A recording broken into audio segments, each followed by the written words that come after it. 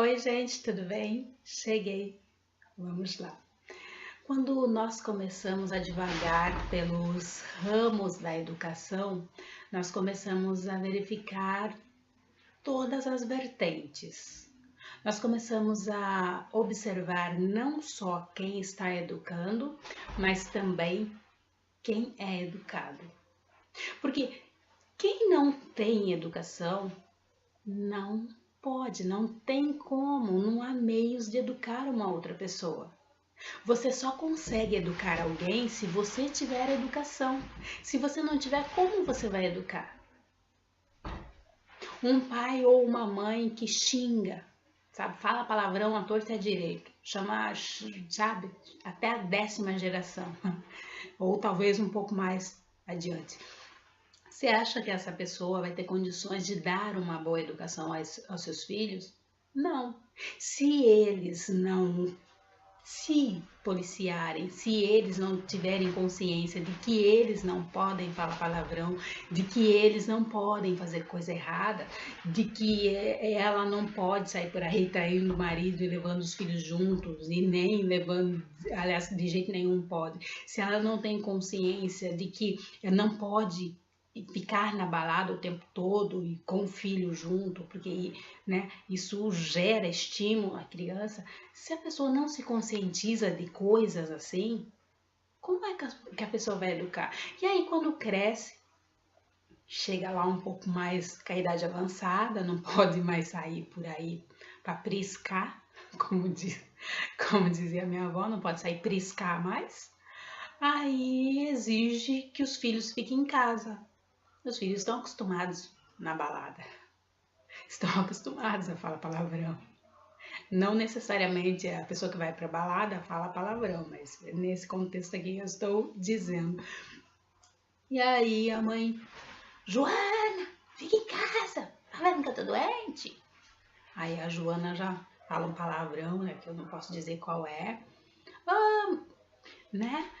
Então, mãe boa da avó minha, não vou ficar, porque não tá vendo que eu vou pra balada, o problema é teu que tá doente.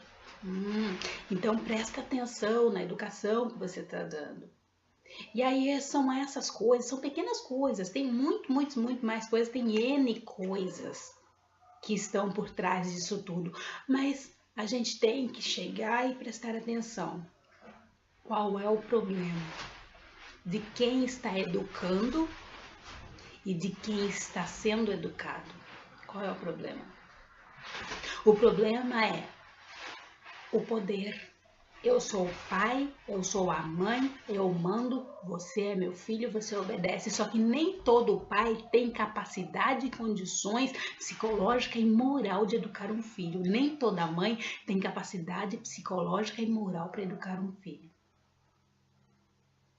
E aí entra em choque. Por isso que a gente vê em algumas situações, né, são raras, mas há essas situações de filhos tendo um embate com o pai, com a mãe, e falando, olha, você não é um bom pai, você não é uma boa mãe. E isso já é uma questão assim que a gente começa a observar. Por exemplo, tem famílias, e a minha é uma dessas, que se chegar um sobrinho e falar para um tio, para uma tia, falar você para uma avó, para um avô, pau quebra.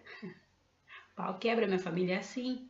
A minha sobrinha, quando ela nasceu, eu tinha por volta de 11, 12 anos de idade.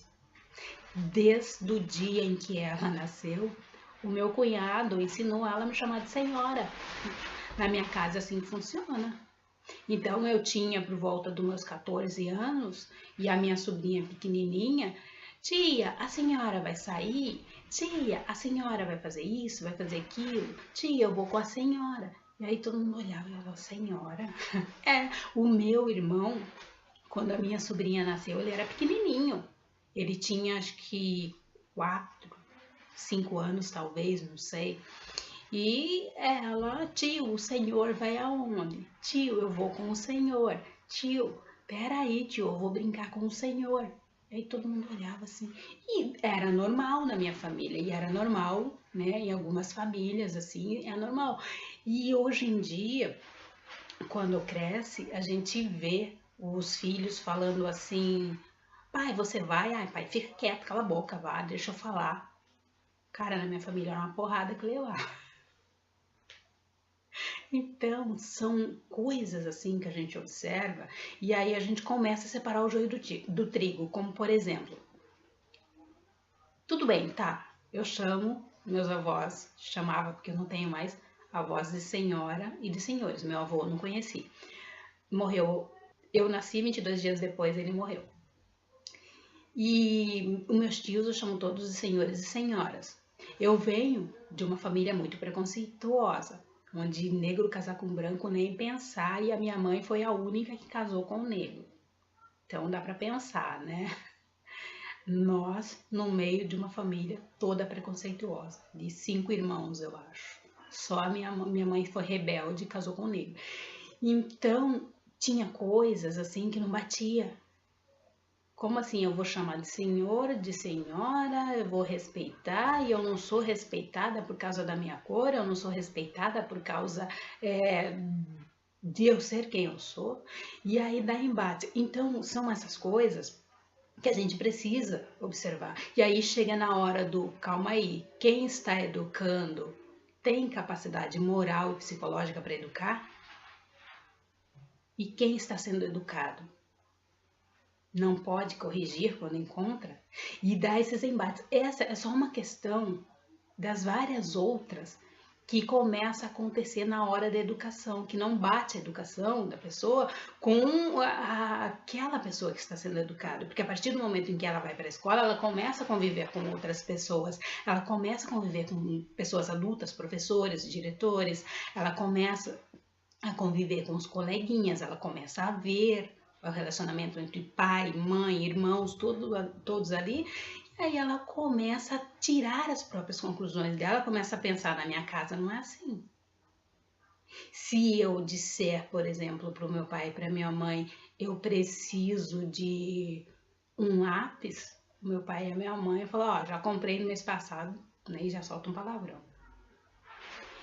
E as crianças vê uma outra criança e fala, pai, eu tô sem lápis, sem nada. Mas filho, eu comprei ontem. Ah, eu perdi, não sei onde foi. O pai vai dar outra. Então, a gente começa a observar e começa a falar, bom, eu não posso contar com meu pai e com a minha mãe. Né? E além disso, ainda recebo um palavrão, mas porque o pai do meu coleguinha e a mãe do meu coleguinha, além de não falar um palavrão, ainda ajuda. Então, a gente começa a observar essas coisas e a gente começa a ver, quando a gente cresce, a gente começa a ver erros. Fala, não, o pai dele não deveria ter comprado um lápis para ele. Né? Deveria ter dado uma bronca e comprado a primeira vez, na segunda vez não comprar mais. Tá, mas a parte do palavrão, que o seu pai fala e o pai dele não fala. Então, ou a sua mãe fala. Então, são essas coisas que a gente começa a observar e a gente começa a verificar. Quem está educando tem moral para educar? Ou não tem? E é esse o grande embate que tem entre pai e filho, mãe e filho, mãe e filha, pai e filha, enfim, e vai. E a gente não para pensar que a vida é uma roda que vai indo, vai indo. Hoje nós somos filhos, amanhã nós somos pais, depois nós somos avós, depois os nossos filhos são pais, né? E nós só somos avós porque os nossos filhos serão pais, e por aí vai indo. Tá? E os filhos só serão avós porque os filhos deles serão pais e por aí vai indo. Então, essa roda da vida não tem como interromper porque faz parte da humanidade. Agora, como nós vamos lidar com todas essas etapas? Tá? Como eu sou filho e eu quero do meu pai isso. Depois, na hora que eu for pai, por que eu não vou querer do meu pai aquilo que eu queria como criança? É claro que eu não vou querer, né, comer doce o dia inteiro quando eu crescer, porque quando eu era criança, eu pensava e agia como criança. Agora eu sou adulto, eu ajo como adulto. Mas eu não vou dar doce o tempo todo, mas eu sei que, né, a pessoa tem vontade, dia ou outro, né, pode-se comprar um docezinho, por que não? Mas são essas coisas que a gente tem que mudar, que a gente tem que reorganizar, e são essas coisas que mudam nós, na sociedade, porque a sociedade ela é uma coisa que está ali parada, são conceitos todos parados. A partir do momento em que cada um vai mudando, aquele conceito social ele vai mutando, ele vai se reorganizando, ele vai cada vez mais se adaptando. E aí quando chega um período, aquela sociedade, né, aqueles conceitos ali, ele está em conformidade com toda a sociedade. E é assim que o mundo muda. Então pensemos nisso e mudemos. Um grande abraço e até a próxima. Tchau!